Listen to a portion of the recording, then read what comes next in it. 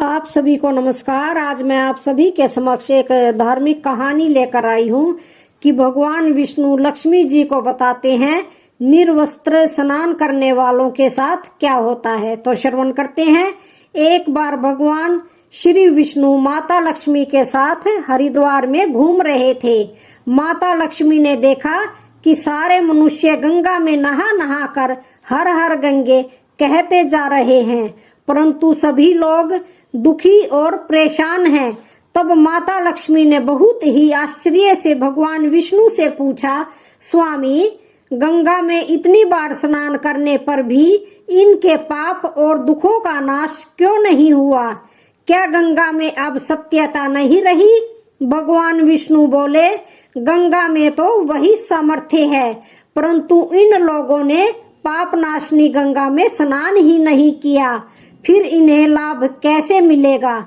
माता लक्ष्मी जी ने आश्चर्य से पूछा कि स्नान कैसे नहीं किया? सभी तो हमारे सामने नहा नहा कर जा रहे हैं, अभी तक तो इनके शरीर भी नहीं सूखे हैं। भगवान विष्णु ने कहा, ये लोग तो केवल जल में डुबकी लगा कर आ रहे हैं, तुम्हें मैं कल इसका रहस्य समझाऊंगा। दूसरे दिन बहुत ही जोर जोर से बारिश होने लगी। सारी गलियां कीचड़ से भर गई। एक चौड़े रास्ते में एक बड़ा गड्ढा था, चारों ओर कीचड़ से भरा हुआ था और भगवान विष्णु ने लीला रची। वे स्वयं एक बूढ़े आदमी का रूप धारण करके उस गड्ढे में जा गिरे। लक्ष्मी जी को उन्होंने समझाकर पास में बैठा दिया कि देखो, तुम लोगों को सुना सुना कर यूं ही पुकारती रहो कि मेरे बूढ़े पति अचानक गड्ढे में गिर पड़े हैं। कोई पुण्य आत्मा इनको बाहर निकाल कर इनके प्राण बचाए और हम असहाय दंपत्ति की सहायता करें। और भगवान विष्णु ने यह भी समझा दिया कि जब कोई व्यक्ति गड्ढे में से मुझे बाहर निकालने को तैयार हो, तब इतना और कह देना कि मेरे पति सर्वथा निष्पाप हैं, इन्हें वही व्यक्ति छुए जो खुद भी निष्पाप हो। यदि आप निष्पाप हैं तो उनके हाथ लगाएं, नहीं तो उनके हाथ लगाते ही आप स्वयं भस्म हो जाएंगे। लक्ष्मी जी तथास्तु कहकर गड्ढे के किनारे बैठ गई और आने जाने वालों को सुना सुनाकर भगवान विष्णु की सिखाई हुई बात कहने लगी। गंगा में नहाकर लोगों के झुंड आ रहे हैं और सुंदर युवती को यूं ही बैठी देखकर कुछ लोगों के मन में पाप आया और कुछ लोगों को धर्म का भय हुआ और कुछ लोग कानून से डरे और कुछ लोगों ने तो लक्ष्मी जी को यह भी कह दिया कि मरने दे इस बूढ़े को, क्यों इसके लिए रोती है। और कुछ दयालु और चरित्रवान पुरुषों ने उस युवती के पति को बाहर निकालना चाहा, परंतु लक्ष्मी जी के वचन सुनकर वे भी रुक गए। उन्होंने सोचा कि हम गंगा में नहा कर आए हैं तो क्या हुआ, पापी तो है ही, कहीं हम सहायता करते समय भस्म ना हो जाए। उनके पास कई व्यक्ति आए, परंतु किसी का साहस नहीं हुआ। सैकड़ों आए और सैकड़ों ने पूछा और चले गए। संध्या का समय हो चला। तब भगवान विष्णु ने माता लक्ष्मी से कहा, देखा, आया कोई सच्चे मन से गंगा में नहाने वाला। तब थोड़ी देर बाद एक नौजवान युवक हाथ में एक लोटा लिए हुए हर हर गंगे कहता हुआ आया। लक्ष्मी जी ने उसे भी वही बात कही।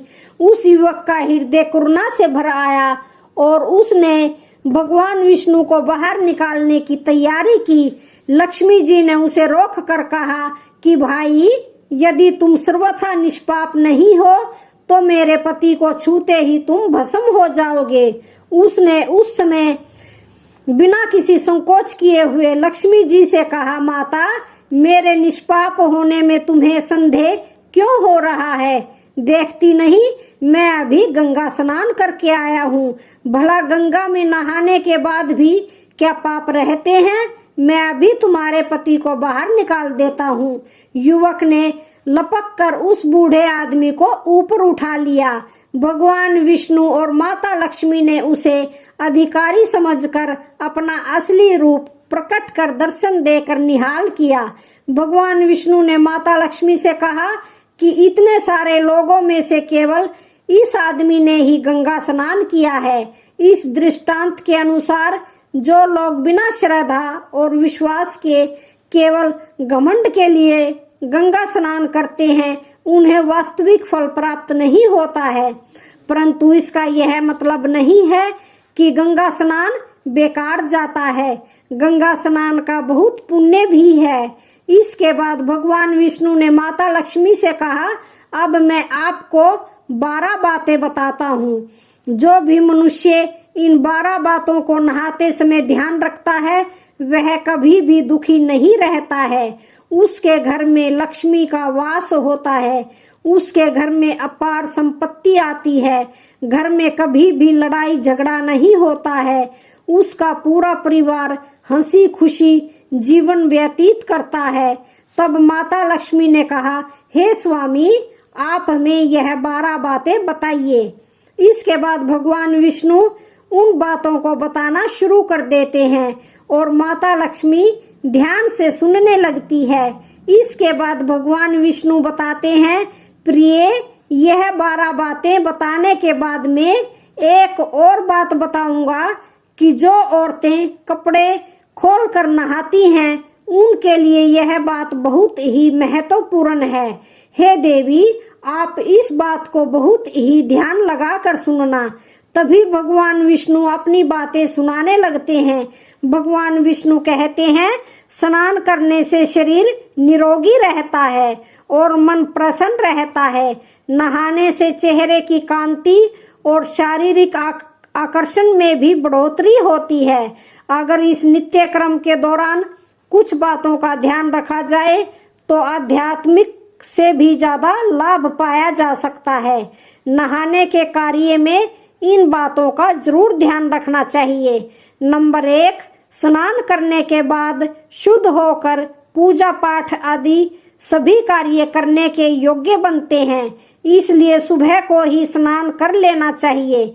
नंबर 2, शास्त्रों में कहा गया है कि स्नान करने से 10 गुणों की प्राप्ति होती है। रूप, तेज, बल, पवित्रता, आयु, आरोग्य, निर्लोकता, सुविचार, निरोग और मेधा।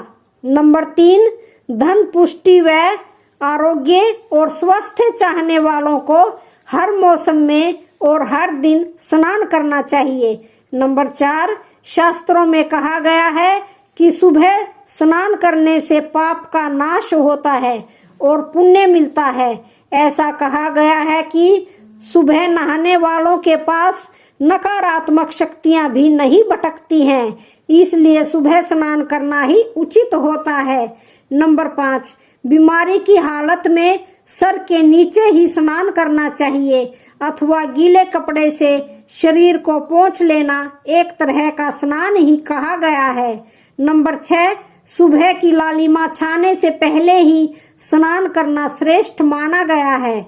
नंबर 7, तेल लगाकर और शरीर को मलमल कर नदी में नहाना मना है। इसकी जगह नदी से बाहर निकलकर तट पर ही शरीर साफ करके नदी में डुबकी लगाना उचित है। नंबर 8, जिन घाटों पर कपड़े धोए जाते हैं वहां का जल अपवित्र माना गया है, इसलिए वहां से कुछ दूर हटकर ही नहाना चाहिए। नंबर 9, नदी में 11 या 21 डुबकियां लगाना शुभ बताया गया है। नंबर 10, पवित्र नदियों में कपड़े निचोड़ने की मनाही है। नदी में किसी भी तरह की गंदगी नहीं बहानी चाहिए। नंबर 11, नल की तुलना में झरने का पानी, झरने के पानी से ज्यादा नदी का पानी, नदी के पानी से ज्यादा किसी तीर्थ का पानी, तीर्थ के जल से कहीं गंगा जल अधिक श्रेष्ठ माना गया है। नंबर 12, गंगा माता का कथन है कि स्नान करते वक्त कोई चाहे जहां भी मेरा स्मरण करेगा मैं वहां के जल में आ जाऊंगी। इसके बाद भगवान विष्णु ने कहा, अब मैं आपको औरतों के बारे में बताता हूँ कि जो औरतें कपड़े खोलकर स्नान करती है, हिंदू धर्म शास्त्रों में हर एक चीज के लिए कुछ नियम बनाए गए हैं। इन नियमों में से एक है स्नान को लेकर की गई बातें। ऐसा माना जाता है कि आम व्यक्ति को शास्त्रों के नियमों का पालन जरूर करना चाहिए, जिससे उनके घर की सुख समृद्धि बनी रहती है और खुशहाली आती है और साथ में अपार धन बरसता है। माता लक्ष्मी प्रसन्न होती है। दरअसल हमारे शास्त्रों में ऐसी कई बातें लिखी गई हैं जिनका हम सदियों से पालन करते चले आ रहे हैं, लेकिन उसके कारणों के बारे में हमें अभी भी पूरी जानकारी नहीं है। ऐसे ही नियमों में से एक है निर्वस्त्र स्नान करना। आपने अक्सर घर के बड़ों को ऐसा कहते सुना होगा, कभी भी बिना कपड़ों के यानी कि निर्वस्त्र स्नान नहीं करना चाहिए। अगर हम पौराणिक कथाओं की बात करें तो निर्वस्त्र स्नान करने की मनाही का एक सबसे बड़ा कारण भगवान श्री कृष्ण के समय से जुड़ा हुआ है। पौराणिक कथाओं के अनुसार एक बार जब गोपियां सरोवर में स्नान कर रही थी और वे निर्वस्त्र थी, उस समय बाल कृष्ण ने गोपियों के सभी वस्त्र छुपा लिए थे। उस समय जब भगवान श्री कृष्ण ने उनके वस्त्र छुपा लिए, तब गोपियों ने अपने वस्त्र वापस लेने की प्रार्थना की। तब भगवान श्री कृष्ण ने उन्हें समझाया कि कहीं भी बिना वस्त्र धारण किए स्नान नहीं करना चाहिए, इससे जल के देवता वरुण का अपमान होता है। इसलिए आपको निर्वस्त्र होकर स्नान करने की मनाही की जाती है। अगर आप नहाते समय यह सोचते हैं कि बंद कमरे में आपको कोई नहीं देख रहा है, तो ऐसा गलत है, क्योंकि ईश्वर आपको हर जगह देखते हैं। और यदि आप निर्वस्त्र होकर स्नान कर रहे हैं तो यह मुख्य रूप से जल के देवता वरुण का अपमान करने जैसा होता है। निर्वस्त्र स्नान से आपको पाप लगता है और आर्थिक एवं शारीरिक नुकसान पहुंच सकता है। यदि आप निर्वस्त्र स्नान करते हैं तो आपके शरीर पर नकारात्मक ऊर्जा प्रवेश करती है और आपकी मानसिकता भी नकारात्मक हो सकती है। इसलिए हमेशा आपको यही सलाह दी जाती है कि आप नहाते समय कोई एक कपड़ा जरूर धारण करें, लेकिन बिना कपड़ों के स्नान नहीं करें, तभी आपके लिए बेहतर होगा। निर्वस्त्र स्नान से शरीर की सकारात्मक ऊर्जा शरीर से बाहर निकल सकती है और इसका प्रभाव आपके शरीर के साथ आपके मन और मस्तिष्क पर भी होता है। गरुड़ पुराण के अनुसार जब आप स्नान करते हैं तब आपके पितृ यानी मृत पूर्वज आपके आसपास मौजूद होते हैं। यदि आप निर्वस्त्र स्नान करते हैं तो आपको पितृदोष लग सकता है। ऐसे स्नान करने से आपके पितरों को तृप्ति नहीं मिलती है और यह घर में पितृदोष का कारण बन सकता है और ये वस्त्रों से गिरने वाले जल को ग्रहण करते हैं, जिनसे उनकी तृप्ति होती है।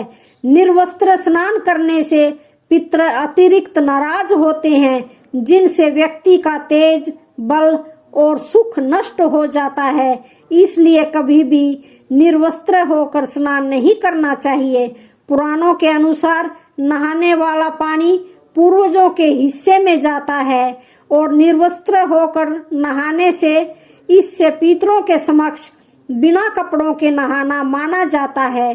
शास्त्रों में ऐसी मान्यता है कि यदि कोई निर्वस्त्र स्नान करता है तो माता लक्ष्मी उनसे रूठ जाती है और इससे आपकी कुंडली में धन हानि के योग बन जाते हैं और आपकी आर्थिक स्थिति खराब हो जाती है। इसी कारण से आपको निर्वस्त्र स्नान नहीं करने की सलाह दी जाती है और शास्त्रों में भी इस बात की मनाही है। तो आज की वीडियो का यहीं पर समापन होता है। वीडियो अच्छी लगे तो चैनल को लाइक, शेयर, सब्सक्राइब जरूर करें। धन्यवाद।